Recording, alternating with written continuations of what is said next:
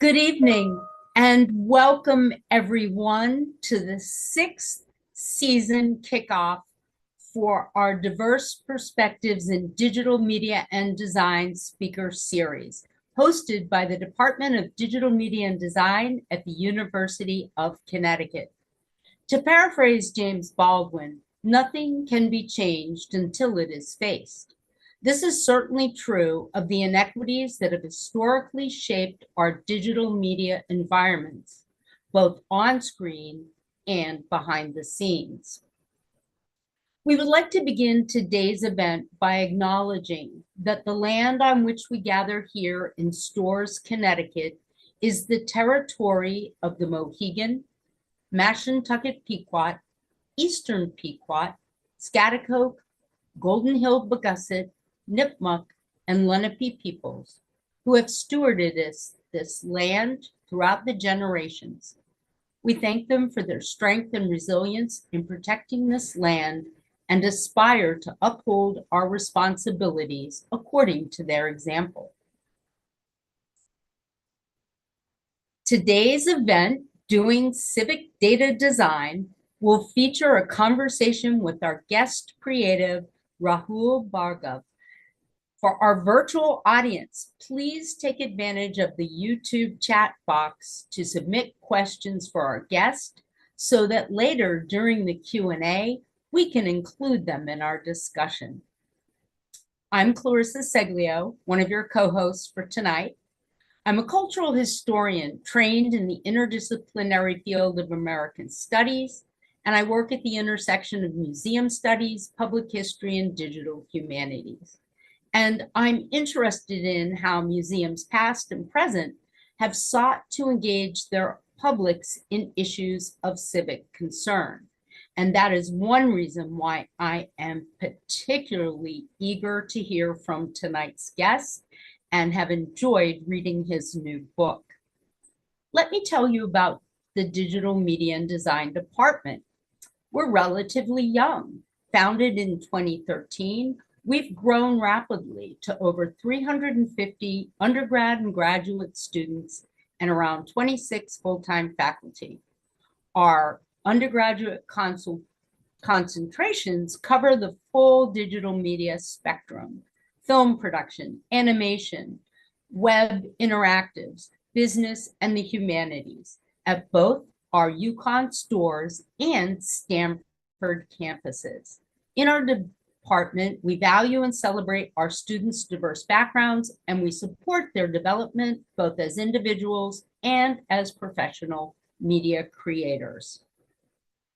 Now in its sixth year, as I mentioned, you can tell I'm kind of proud of this, our Diverse Perspectives in Digital Media and Design speaker series is one of those celebrations of these shared values. Now I'd like to introduce my co-hosts. Varshini Gopinathan is a digital media design student here, concentrating in web and interactive media, and has a minor in industrial design. With a background in graphic design, she's expanding her interests, blending physical and digital design to create immersive, interactive experiences beyond screens. She interns at UConn Center for Career Readiness and Life Skills, focusing on accessibility in educational design. Additionally, she works on UX/UI design projects for clients at Presidio, an IT company. And please, for all our guests, do check the YouTube chat where you'll find link to their work and career information. Thank you. I'm happy to be here. Next, Isaiah Friedman is also a digital media and design major here with a concentration in 3D animation. With a foundation in illustration and digital design, he is broadening his skills, aiming to craft a distinctive animation style that reflects the uplifting aspects of the human experience. He's also seeking to incorporate AI elements into his 3D works, intending to craft an immersive user experience that curates viewer retention. He's currently working on illustrating children's books and experimenting with blending 2D effects with 3D models to exaggerate the appeal of both media. Thank you. It's great to be here. And now to formally introduce today's guest. Rahul is an educator, designer, and artist working on creative data storytelling and computational journalism in support of social justice and community empowerment. He creates data murals and theater with communities, award-winning museum exhibits, AI-powered civic technologies with community service organizations, and delivers hands-on workshops and keynote talks across the globe. Rahul's first book, Community Data, Creative Approaches to Empowering People with Information, is now available from Oxford University Press. He also leads the Data Culture Group at Northeastern University as an assistant professor in the journalism and art and design departments. Welcome. Thank you. It's lovely to be here. And now the floor is yours. Okay, wonderful. I'm so excited to be joining this group, particularly coming to these sorts of interdisciplinary spaces is really valuable for me just to sort of find like minds that kind of sometimes fight at the boundaries or the edges of traditional fields of work. So today I want to do that. I want to mash together a couple of things and do something of an artist talk just to show you the space that I'm exploring, particularly around civic data design. I'm going to talk a little bit more about what that means, give you a couple examples, and then open up for questions. So just to start, I'm based at Northeastern, and I run something there called the Data Culture Group, which specifically I spend a lot of time building and cultivating collaborative projects that focus on questions of participation and power and agency around data and how we run into it in lots of different types of actions and parts of our lives. That expresses in applied computational journalism, so that's using computer power and algorithms to study news narratives, and then also creative data representation, arguing that we need a bigger toolbox for bringing people together around data. There's three main research themes that you'll see touched on in my work here. One is representation in online news. How do we study and understand who is making news, who's represented in news, and what narratives are told? The second is tools for CSOs, civil society organizations or nonprofits. How can new design approaches, new techniques, new toolbox, new frameworks help these civil society organizations do their work of cultivating and building social change better or in novel ways? And the third is participatory community data. What do we need to rethink now that we live in a time of datafication where data, numbers, quotes, photos are being used in areas that they were never used in before? So like you mentioned, museums, newsrooms, civic meetings, government, nonprofit decision-making. These are all sectors that data use has moved into. So those three themes will be underlying things, but I want to join it together around the idea of civic data design. Designing data experiences or data tools for civic settings, settings that are about integrating and working with the communities you live and work in for pro-social goals, right? Community improvement in some way. That's kind of what that phrase means to me. Many people are familiar with things like this Hans Rosling style animation. When they think of data, they think of, something like this, maybe on a black background so it looks even fancier, but colored bubbles moving around the screen with some lines around them and some kind of what traditionally you'd call visual encodings. This stuff came to maturity in fields like economics, business, the sciences over the mid 1900s.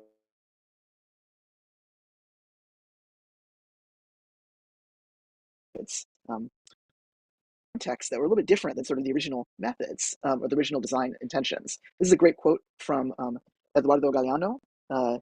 He's a Uruguayan writer, and in this particular section, he says, in Central America, the more wretched and desperate the people, the more the statistics smile and laugh.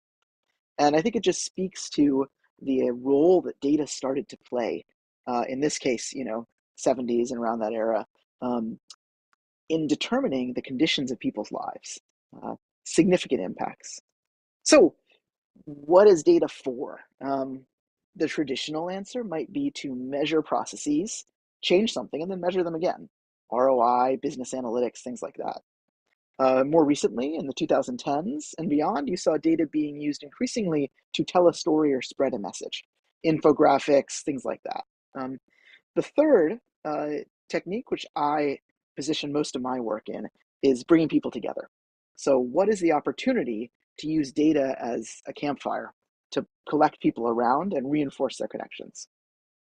So now that sort of sets a little bit of the groundwork of the sort of playgrounds I play in, let's look at a couple of examples of my work. So one strong vein is participatory data storytelling. So this spreadsheet on the left looks very different than the paper spreadsheet that is being created on the right in a workshop that I ran. These invite different people to come together around data, right? I mean, I happen to love playing with spreadsheets, but it turns out not everybody does.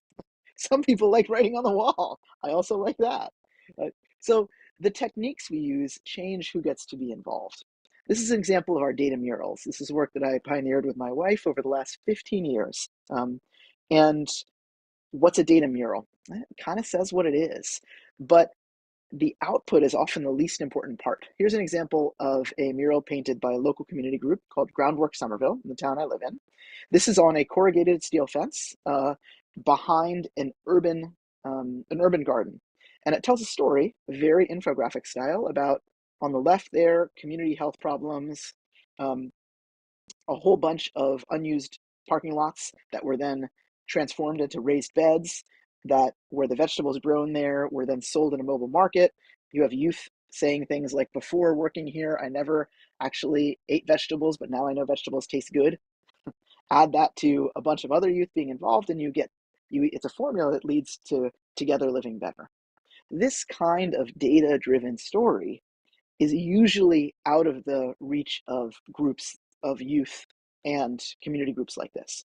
So we designed a process that brings people together, helps them find a story in the data, then collaboratively design a visual, borrowing methods from collaborative mural design, and then we paint it together, which is just fun. And we end up with something that impacts public conversation, like murals always have. And along the way, we've built and reinforced community networks that were brought together around the data, and those groups still work together today, more than 10 years later. So this is an example of what I mean by shifting the media we work with. This is not a spreadsheet. This is not a animated bubble chart. This is a giant mural on the other side of town that people drive past. And it engages and meets people in a very different way. The process looks kind of like this. This is from a mural we did in Brazil. This method is being used across the world now. We're really excited of all the different people that have been inspired and taken in their own ways. So it's very hands-on, very off-screen, very inviting, not just to youth, but to mixed groups of people. So a second theme, if you think about, that's sort of an example of the participatory type of work I do. Very often we have questions about what is being measured. Like, how do we know that we can measure this thing and then it matters? So I often ask questions about what we're measuring and if we can measure other things that might matter in different ways. I'm doing a study now that is very different than painting murals. So I do a lot of computational work. So in this case, I'm looking at public health messaging in news articles. So again, something where I can try to create data to understand impacts in pro-social settings like newsrooms. So what we're looking at is, if you've seen articles like on the right-hand side, which is about a tragedy about a body that was found of a missing teen, very often at the bottom of them in italics, there's this little thing that says, like, if you're struggling or need help, call this hotline. these helplines, whether they be for gambling addiction or a suicide prevention, mental health, or specific audiences like the trans or LGBTQ community, these helplines show up in different ways.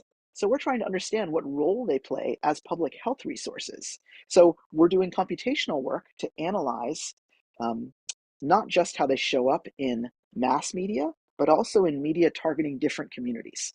So there's a set of a couple hundred media sources that are specifically edited and owned and targeting Black Americans as audiences. Another one that targets the Latino community, another one that targets college students, another one that targets the LGBTQ plus community, and another one that targets Asian American groups. So we're looking at those niche media markets, and we're looking at how much they use these helplines more or less than mass media. Why is that important? Well, we can look at this chart, which has those groups on the vertical axis, and on the horizontal axis has issue-specific helplines. Basically, what you see is that groups like Latinos and Asian Americans are not being introduced to those health-seeking resources in news that they're reading. Whereas you see groups like the LGBTQ community, the last row there, is being introduced to significantly more often than you would see in mass media. So this chart is more and darker blue if the helplines show up more frequently in the media, that is the niche market, compared to mass media. It shows up, it's very, very red if a helpline is showing up far less than you'd expect compared to mass media. And it's white if it's about what you'd expect. So that's a detail-oriented like research output. The takeaway here is understanding what opportunities exist based on research and data production to see where targeted interventions can help public health efforts. So totally different thing than painting murals, but again, trying to leverage data and produce data in this case that helps some pro-social output. Similarly, we were looking at content diversity, like who was being quoted in the news, and building toolkits to be able to understand that, because that matters. In this case, we saw that there was a hyper-local college-affiliated newspaper that was quoting people identified by the pronoun she, which is a good marker for a quote to identify gender, far more often than you'd find in things like the New York Times, where typically men are quoted significantly more often. So we see something where like there's a different pattern here, different groups of people are being represented, and we want a toolbox to help newsrooms study that so they can argue, hey, look, here's some data about how we're reflecting the communities that we serve as journalists. So building tools for those organizations. Okay, so we'll swing back from computation back over to off-screen things in the roller coaster we're going on. So a lot of data work right now for me is about meeting people where they are, right? Not everybody's in front of a computer looking at, a fancy infographic or reading the Washington Post or the Boston Globe or something, right? So in those places, you might see a chart like this, which is SNAP enrollments, SNAP applications per week during the peak of the pandemic. If you fast forward 5 years ago, a very challenging time. Basically what this says is in Massachusetts, tons of people were seeking state level assistance for food access, right? They needed money to buy food. You look at that and you can see this one number pops out as digestible and sort of like fathomable, but still shocking. 1,659 new households were applying for SNAP benefits every day in Massachusetts during the peak, which is an outrageous number, but like comprehensible, right? It's like, I can imagine, that's like a couple schools in my school district. So I can kind of imagine that number, but it's insane. So how can we use data like that usually looks like this to like tell a human story and connect with people and move them into action on the issue, people that might not feel connected? Well, we decided to make a sculpture out of it. This is also work with my wife. And this is a welded table made out of 1,659 pieces of cutlery. You can see a zoomed close up on the right-hand top there. So it's like, 1,600 forks, knives, and spoons that are welded together into a table. It weighs about 150 pounds. I know that intimately because we move it around town to show it in different places. The goal of this piece is to try to use the power of the arts, and in this case, a data sculpture, to invite people into an issue that otherwise is hard to talk about. because food security actually impacts a significant number of people in our state, in Massachusetts, and across the US, even though it's thought about sort of like as a foreign problem. And this kind of work, we show it in galleries, town halls, city halls, farmers markets, other public settings, events. It opens a doorway to talk about something that's hard to talk about otherwise. And then, of course, we have like a website that also has like a narrative and shares some more of the data, has videos that talk to different stakeholders that are involved in responding, and that tries to drive people not only to enroll, right? So one time we were showing it at a farmer's market, the guy that helped us carry it in stopped and he said, "What is this?" And then we told him, he said, "Oh, can I apply for that?" And we said, "Yes, there's a table right over there." It also drives people in maybe affluent suburbs that don't think they have a problem in that community to get involved by pushing them towards local resources in a setting they might not otherwise connect to that issue in. So the power of meeting people where they are with an object that invites curiosity instead of something that looks formal and authoritative, sometimes that informality and friendliness can pull people in with a data story. I'm continuing that work off screen with something we call the Data Theater Collaborative at Northeastern. We've got some wonderful funding from Mellon to work on civic data theater. The idea here is that, like I mentioned, in government processes, data is becoming more central to decision making. Yet people at an evening meeting where they're showing an animated scatter plot, that goes over 3/4 of the people's head. It's too visually complex. Even if you try to narrate it, it's hard to digest. So how can you get people involved in a place where, in a setting like a government processes, where it's actually in democracies a moral imperative to engage people and meet them where they are? So we're going to try theater. Theater has a long practice of getting people engaged. And what you see on the right are photos from experiments we did in East Boston with communities that were working with flooding data to think about civic responses to flooding. And then so that was with community members. How can we help them do theatrical processes with data? And then the bottom right is actually an experimental production we did with theater students at Northeastern to say, all right, now on the other side, what happens if we take theater people and give them data as source material? What do they do? This summer, we're going to take those two and mash them together and produce a theater production that's going to tour around to community partners in Boston that we've been invited to perform at, to talk about a local issue like gentrification and green space or something, and then try to see if that opens a doorway to engage people with deliberation afterwards. People that otherwise are left out of those processes that might be happening at, an animated scatter plot at an evening meeting, in like an unused public space. Okay, so another set of work is around amplifying and standing in solidarity with others. So this one, I'll swing back to computation. A good friend of mine and collaborator, Catherine D'Ignazio, if you know Counting Feminicide or Data Feminism, talks a lot about what isn't counted doesn't count. The idea that quantifying something can make it legible and visible to those in power, which connects to work from like W.B. Du Bois and Ida B. Wells, who founded a lot of investigative journalism techniques. So there's a long history of quantification to speak in the language of power. So there's a struggle specifically on the issue of feminicide, gender-based killing of women, where that data isn't tracked, and it's important to track it and produce it to not only advocate for special protections for a more at-risk population, but also to hold to account if there is a protective policy and to bring public attention to the issue. So there are sets of groups around the world that spend hours every day reading news to find reports of these types of killings and build databases out of them. Turns out computation can help with that. So we've spent the last 5 years, we've been building and working now with dozens of groups to automate the discovery and classification of candidate stories to help their pipelines. So we suck in tons of stories in, let's say, Uruguay that we think based on keywords in a news article might be about cases they care about. So we go from everything down to this.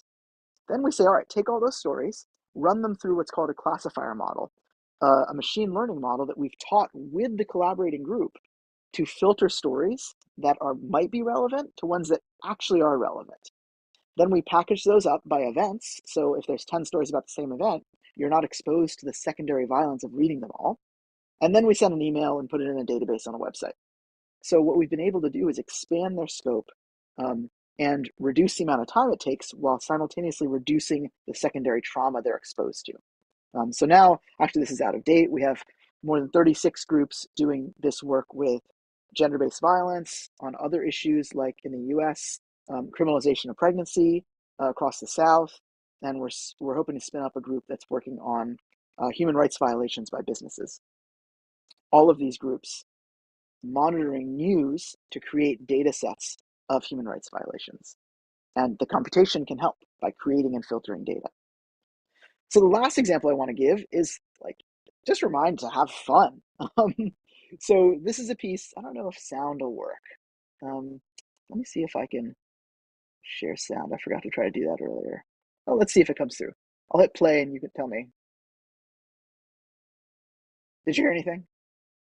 No, okay. Oh, so one of the things I'm doing is I'm trying to figure out how we can do a similar data storytelling with sound. And I do that partially because I'm a percussionist. I play in a Brazilian drum troupe here in Boston. I've been playing drums for years, and it's one of sort of the things that I enjoy. And I think sometimes this data stuff can be very heavy, especially around issues like climate change. So with my collaborators, Marcus and Lily here, we sort of organized a short 15-minute performance that takes climate change data from India, the US, and Brazil, and turns it into a performance where you literally hear and feel the data. And those three countries have very different emission stories, and they also have very different rhythmic traditions that we can build on top of. So what we decided to do was put those together and turn it into a production. So let me try playing and see if you can hear a little bit of it.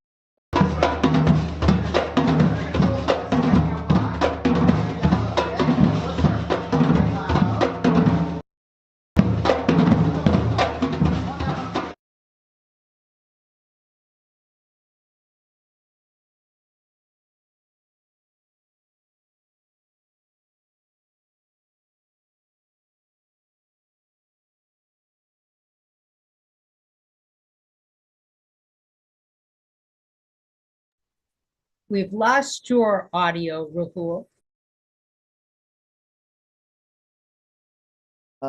Let's see. Okay, wait, let's try this. Did you get me back? Hey, great. Okay. So that's one of our attempts to try to change how we can tell data stories. And coming to see a drum performance is just fun. It's not like a PowerPoint presentation like this on Zoom. It's a very different setting to engage with data. And in this case, trying to do it on an issue that's otherwise pretty hard to break through on. Climate change, people have seen it so many ways. There's tons of studies about failures and successes of climate change communication. And what we're trying to do is bring a new channel in by doing this kind of sound encoding. At the same time, it pushes a little bit on what sonification is, data-based sound. We hear a lot of bleeps and bloops, I argue, like a lot of, if a chart goes up, the sonification goes bleep, bleep, bleep, bleep, bleep, bleep, bleep, bleep, bleep, bleep, bleep. I'm just not compelled by that. So we're trying to create a sonic environment that changes your interest level.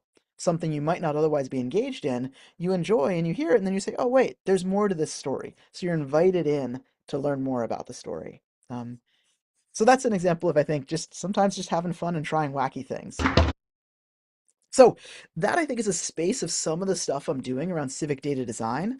The 80,000 word version of that is my recent book, which argues that we need to take the small toolbox of charts and graphs and spreadsheets and blow it up to include this type of work so that we can make appropriate decisions about how to bring people together around data in some of these new settings. And that's it for me. Thank you so much. I want to urge our viewership, this is not your aunt professor's academic book.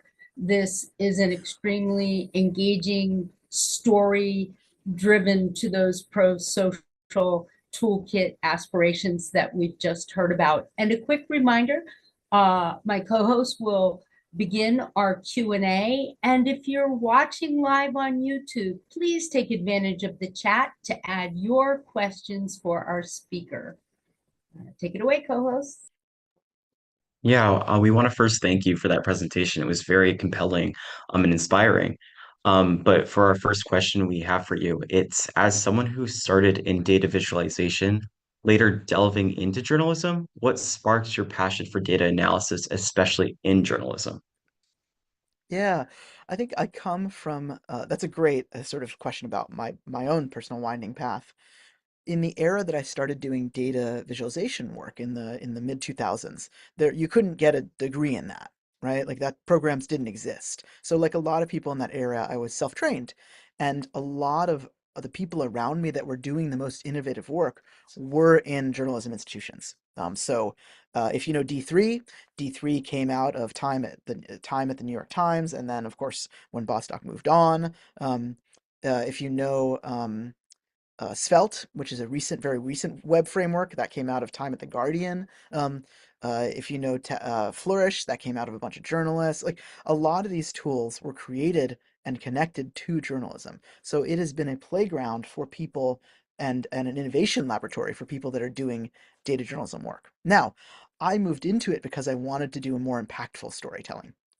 At the time, I was doing a lot of data training, and then I started doing more of the civic work, and then I spent some time at the Boston Globe, and then thinking about the role that journalism plays in society, or that we want it to play, as society gets more data centered, there's a translational role to do there. And then, of course, as I mentioned, like traditions like Ida B. Wells' work on lynchings in the US, like that's a data project that inspires the counter data network work that I just showed. So it's very connected. Yeah, thank you for sharing that. Our second question is, how has your identity shaped your path? Have there been any challenges that you've faced, any moments in your path that inspired you or impacted you on your professional journey? Yes, definitely. I mean, I think you can tell a lot of my work is very intentionally, I use the phrase pro-social a lot, like very intentionally trying to change things for the better. And I think a lot of that started with how I was brought up for sure. My father worked in, international aid spaces and things like that. And then in college, I did a lot of technology. I mean, I did computer science and computer engineering in undergrad. And at a certain point, I realized that I was having a blast, like working on these fun little robots that rolled around in like the late 90s. But then I realized they were rolling around and I was helping them roll around because they were meant to have guns on top and they were meant to find people they could shoot. And I was like, that doesn't seem like something I personally want to do. Like I like making the robot move around, but I want to move it around for other reasons. So at that point I pivoted and shifted into educational robotics. Um, so that led me into education, which led me into more civic work, which led me into more of the work you see me doing now. So I found that like ethical decisions like that I didn't intend to make, but that I ended up making because something was in front of me or as I confronted with something, often made left turns happen or right turns happen in my path personally. Because that's what life throws at you, and sometimes you just need to like put a line somewhere and say, okay, I'm going to do something else if I can. Yeah, absolutely. And you led the data culture group at Northeastern University. We would love to hear that story. And we're wondering if you could tell us a little bit about how it started and the aims and goals of that program. Sure. Yeah. So, I mean, academics often create a research group to try to tell a story about their work. That's what that is. And for me, that story of naming it data culture tries to encompass the variety of work I do. I mean, I like a lot of professors in journalism and art. Like, I also am practice. Like, I do a lot of work outside of the university walls. And I do a lot of work in it with students. So students often come join the group and I work on research projects together, sometimes like very academic-y for a paper, sometimes outward facing. Um, and data culture tries to encompass that. The idea that culture in its many different definitions is a space that data has sort of connected with as the world around us has become more quantified. and that we need to use some of those alternate lenses to think about the changes happening and to study them and produce work within those contexts. So that's why I called it the data culture group, trying to think about a phrase that broadens the space and the conversation of what people think about as data. Yeah, absolutely. Data culture really does seem to encompass a lot of the work that you've shown us in your presentation. Coming back to your book, Community Data, you speak about an approach, which you also spoke about in your presentation, prioritizing community and engagement, that participatory data storytelling, instead of the more statistical approach that's often associated with data. So how do you hope to continue to shift the narrative from Excel sheets to interesting forms of data, and what are outcomes that you hope to have from that? Yeah, thanks. So the book is my attempt to sort of put a flag in the ground, and say like, this is what I mean, and this is like, here's something that you need, a question you need to ask yourself if you're working with community and data. Um, we have so much formalization and training in those now traditional methods of working with data. And those are great. Don't get me wrong. Like I do a lot of that rigorous statistical work in my research, and they were not designed for the motivations of the settings where data is now used. So just to be clear about that, like those methods like charts, graphs, and spreadsheets and surveys, like a lot of that came out of the like terrible research and racist work in the 1920s that led to statistics being invented, right? Like that's where that work came out of. It came to maturity later in the 60s and 70s in sectors like business, where business optimization, presenting, or science, where showing factual evidence and truth is the goal. And yet now, data is being used in a much bigger space, like a civic setting, where maybe participation and empowerment and efficacy are the goals. That's a very different list. So we need new methods that address those motivations. It's not that like a chart or a spreadsheet is a bad thing on its own. It's that it's not an appropriate tool to use for the motivations in these other settings. So I'm trying to plant a flag in the ground to say, look, here's an example of what this bigger toolbox can look like. And then we're still figuring out how to pick the right method within that toolbox. I don't think there's a right answer there. I think it's like just considering a bigger space. And so the book is my attempt to do that, and I hope you'll check it out. You can buy it online or get it at your local library. Yeah, absolutely. I think what we pretty much admire about all your work is that it's very heavily community focused and you encourage participation from your local community. And we're wondering how you're facilitating that community engagement. Are you using volunteer-based methods or are you electing people of the community to complete certain aspects of projects? Yeah, it's always in partnership. So this work is slow, right? This work takes time because you have to have a relationship, be invited to collaborate, and then build something together. I think a lot of the traditions of data work, if you're familiar with so many methods where, maybe a survey is run by somebody on some community, and then the data is extracted from that community, sent to somebody else to analyze, and then maybe the report is shown to the community, but not in a way they could understand. It's a very disempowering process. And there's a lot of reasons for why, but that I'm trying to sort of change that a little bit, to say, hey, look, like the ownership and the data itself should stay with the subjects of that data. So that's why when I'm doing a data mural, what we're doing often is we're taking data that is about a community that they've never seen before, but has been extracted from them for years. And we're saying, hey, look, you can tell a story about this too. Like it's not negating whatever the statistician says, but you have some lived experience that can be added to this story that changes what it can say in this and all the stories in the data set. And most of this stuff is just like adding and dividing and knowing when to add and divide. And like, you know, the kids I work with are pretty good at adding and dividing. So it's not like you need to know fancy calculus to do some of this work. You just need to know when to add, when to divide, things like that. So it's very within reach. Yeah, and we also noticed like moving away from the data murals and the community participation aspect of your work, we noticed you have tools like the protest mapper and the media cloud. We're wondering how you promote those to the public. Yeah, I mean, one of the things that I do is also like while I'm building these things that I look at as tools, right? Like the data mural process is a tool you can use to accomplish a bunch of goals in your community. I also do that with computation, right? So I build tools for journalists. One of them was to very quickly build maps of protests, where they're happening, how often in the communities around us. Um, uh, Another project I have is called Media Cloud. It's a large data searchable database of online news from around the globe that's free to use, that serves as data infrastructure for other research that wants to study news narratives. It has like almost 1.8 billion stories in it right now from the last 10 years. Um, so these tools try to enable people to ask questions or tell stories that they otherwise might not. And that's since I switched into doing education work, like building tools and building toolkits that other people can use to do something they otherwise wouldn't or couldn't is very exciting to me, just as something I like to do in a lot of my work. Yeah, thank you for sharing that. We do have a question from one of our YouTube viewers that is very similar to what we also wanted to ask. So some of your projects, like your data murals or your 1659 sculpture, are physical art pieces, while some of your projects are theater-based, like your data theater, or audio-based, like your data drums.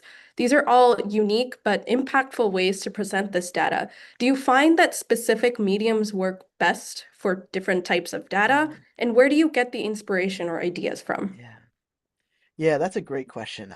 If there was like a flowchart decision tree, that would be amazing.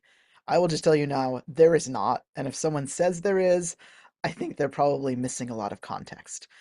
Part of the thing that often is left out of like the magic like make a bar chart button in Excel is the consideration of your audience, right? And this is why I moved into journalism specifically, right? Like your audience, you can define your audience. It's not general public. That's not useful.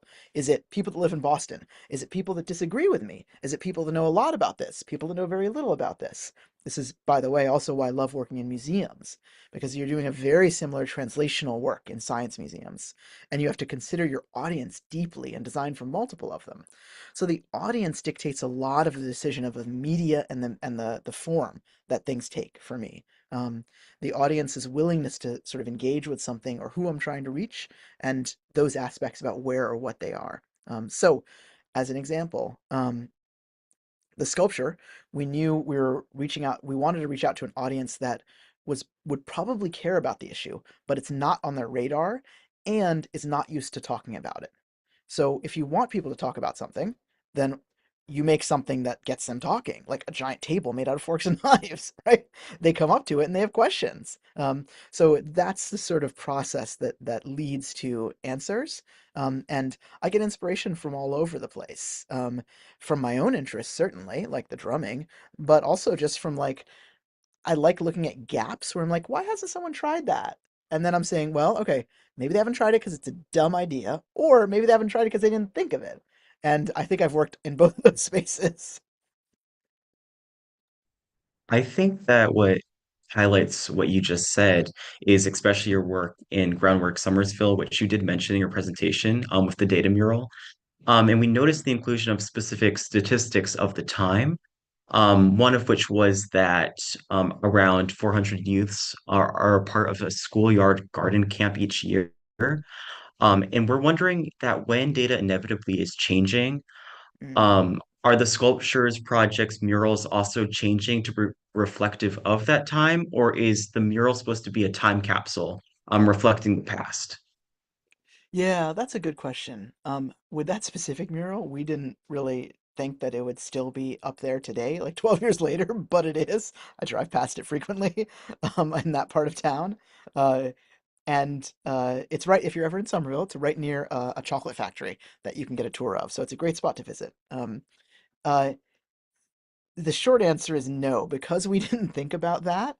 We didn't come up with a plan for that, and I think that's true of a lot of like um, a lot of art interventions like that. Some are like, time limited, right? They're experiences that are there for a short amount of time. The table is an example.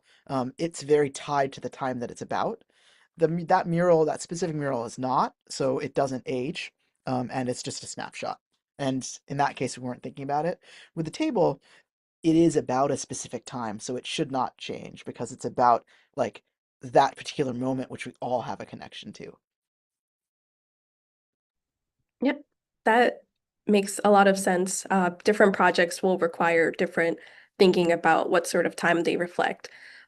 Going back to some of your other civic data projects, more in general, what are some challenges that you face when collaborating with communities in your projects? And can you give us a time about how you've overcome that challenge? Yeah. Um, as an academic, it's very hard to stop speaking academic-ese. Hopefully I did a medium job on this call because it's a mixed audience. So language is one, right? Um, uh, any community group you work in has sort of that type of language, has a language difference than the group I'm coming from. So I have to spend time learning that. There's also like real just you have to be really good at like acknowledging power. Um, coming now from like a well-funded, large urban university means something into the communities I go in. Sometimes it means that there's distrust there, right? Because of legacies of impact. Sometimes I come in and I know there's going to be distrust, and I have to recognize that and spend the time to rebuild trust. Sometimes it's the opposite. There's like seated authority without me proving anything. People assume that I'm really smart and know exactly what to do just because I'm from a university. And I have to break that down too. So I think that there's a couple different dynamics like that working with communities that you have to recognize and be humble about. And that's true of any like participatory field, whether it be urban planning, public health. That's not unique to the kind of creative data storytelling that I do. Um, and it's certainly like there are parts of it that are specific to data itself, where people, especially in the U.S., there's this perception of that people have about their math skills that is typically lower than their actual ability. Studies show, but people don't think they're good at math, so you have to really work to say like, no, like listen, like I said, you can add and subtract, all right, and you're probably not going to mess that up, and you have a calculator on your phone to double check it anyway. Yeah, absolutely. We are wondering also, like, you're clearly inspirational for your projects. They're very unique and different. And we're wondering that for practitioners or individuals who are interested in pursuing fields and projects similar to yours, how do you suggest that they balance representing marginalized communities, combined with the financial and institutional strings that come attached with freelance academic work? Oh yeah, there's a lot in there. So uh, I in almost all my work, I try to do things with and not for. So you'll see a collaborative design dimension of all of those projects. So for instance, with that computational project where we're building machine learning classifiers to filter news with community groups, it takes about 8 months from our first interview with the community group to having something that we can test, right? That's not because of technology. It's because we're getting to know each other and building trust. And those are very often groups that are marginalized in some way or another, whether it be like Indigenous people in the US studying missing murdered Indigenous women. It might be people in global South settings like Kenya, where like funding and access is just totally different. So and like computation models are also marginalized. Like you can't find technologies in those languages. So they're working in low resource languages. That's what they call them. So I'm in a lot of settings like that. And I think one of the things for practitioners is to recognize the sort of expertise and the privileges you come in with, right? Like I have a certain set of things I've done a lot of, and I have a certain set of privileges being an American-based university, that is in an urban setting, that I carry. And so recognizing those and acknowledging those it doesn't slow me down, but it also makes me ask, like, am I the right person to do this work? And I think that's a really important question to be asking yourself when you're starting a project. Like, am I the right person to do this? If not, like, who is? Can I partner with them? Can I learn from them? Or maybe I should be doing a different project. So I ask myself that a lot too. Okay, we have a couple of questions from our YouTube viewers. And so one of those questions is that the viewer is thinking of using computation to quantify student issues or needs at universities through reviewing Instagram comments, campus news articles, things like that. Would that be something that make sense? So, not a lot of context there, but my first response is I love the underlying question. But I would encourage you to think about what your output is. Like, what do you want to happen? So, would you do that to summarize things to then are you making a series of posters for the cafeteria to spark discussion? Like, what do you want to happen afterwards? And that should drive the project. Um, I say that specifically because with a lot of data instruction, right? So a lot of things that propose to teach working with data or visualization, they treat data kind of like a shiny bauble, like something shiny to play with, like a toy for a kid. And that leads, not always, but often leads to sort of like getting into a space of trouble, right? If you haven't considered what you want to do with something after you've done it, you can get into trouble where you haven't asked yourself the right questions, right? So in that example, if you want to get people talking about like campus concerns, then like who's talking about those already? Can you help them with some data work? And how are you going to bring people together are you trying to address these issues or you just want to surface them for leadership? Think about those questions. Yeah, absolutely. I think that was a very helpful answer for our viewers. Another one of our viewers asked that they're asking if their tactile nature of certain art pieces would open up different types of conversation. Mm. For sure. I think this is in one of the later chapters of the book. I think our five senses are underutilized in data communication. So in fact, we often talk about data visualization, right? We privilege the seeing of something at the expense of the feeling, the tasting, the smelling, the hearing. So I argue that like artists are actually playing in that space, and museums actually do a lot of work on smell to get you into a mood or an environment historically. That's one of the spaces that does do a lot of work there. So the feel of something really matters because it's an invitation to work. A lot of the early data sculptures, I have a blog post that's about data sculptures in 2020. There was just a surge of them. A lot of the earlier pieces before that era were basically like 3D charts, which is cool. It's like a series of boxes and that's a bar chart or like some laser cut plastic to be line charts. That's cool, but the materiality of it isn't being taken advantage of. And when we talk about creating visualizations, those of you who studied it know about the idea of encodings, right? A quantity is changing, and that might vary the size of something, or where it is, or its color. When you're working with a sculpture, a quantity changing could change the texture of something, right? So there's a different space of encodings you can work with besides, in that case, Bertin's like classic encodings, if you've studied that stuff. So I think there's opportunities there. I love the question. And I do think playing with materiality is really important. When I teach data sculptures, I show up with a big bin of materials and I dump it on the table and I say, all right, what feels like more than something else, right? We do that exploration with our hands. That was really interesting to hear about. And I'm sure our viewer also found it helpful. Coming back to some of our questions, of your many initiatives, this might be hard to pick, but which do you feel has made the largest impact after maybe showcasing Wow, your project? that's a good question. I care about different types of impact. Like sometimes large isn't like number of people, but like degree of change with a small number of people. I said that in an academic way. Sometimes a big change for one person is more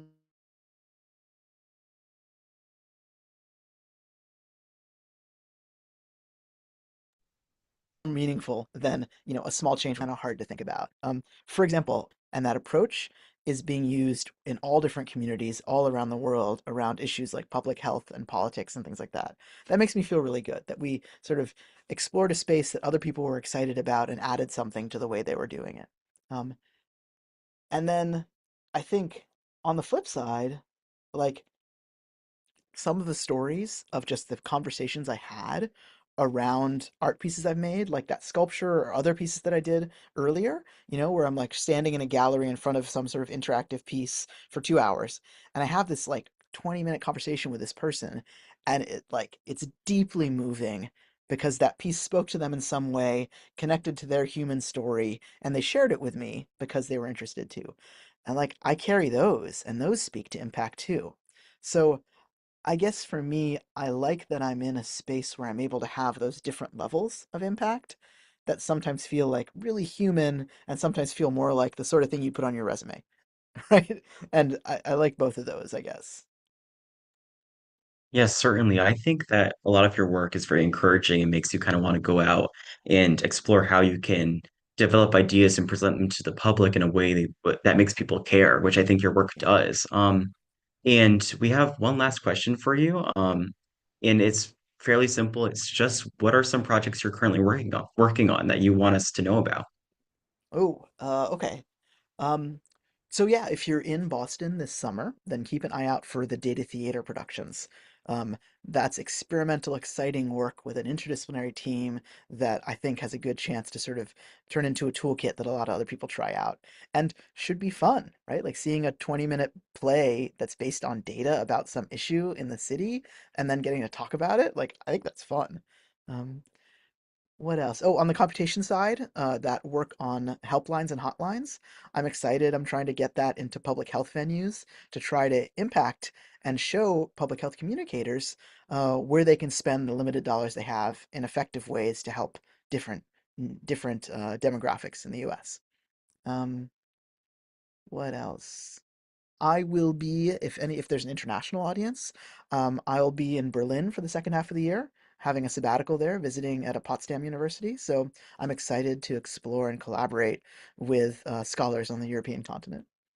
So I'm excited about that in sort of a meta point of view.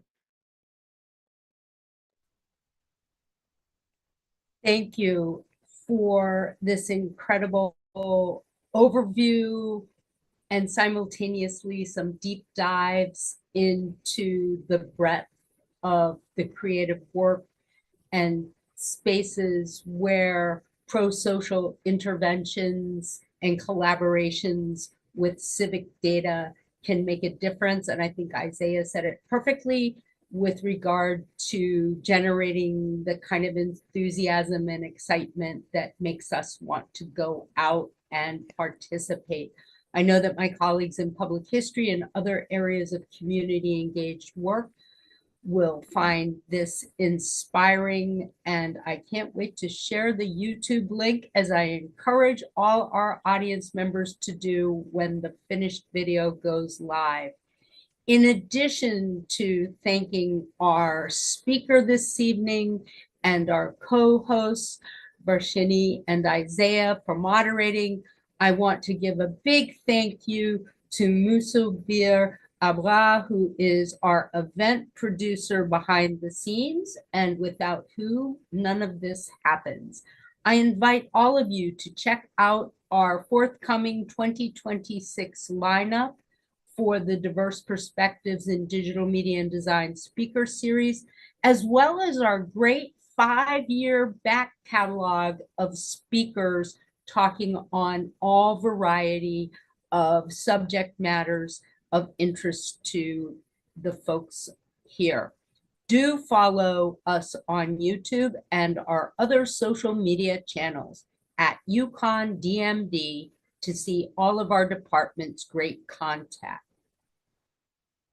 I'd also like to thank the students in our class who participated in creating the questions for tonight's event, and to everyone who worked together to make this possible. And thank you to all of you joining us online this evening. I hope that you too are inspired by what we've seen and heard here. There's work to be done, but if we continue to inspire and mentor our young creatives and each other, together we can create change. And please stay tuned for our next event, which will be February 25th with Joe Young, an award-winning creator, cartoonist, filmmaker, and producer. We look forward to seeing you then.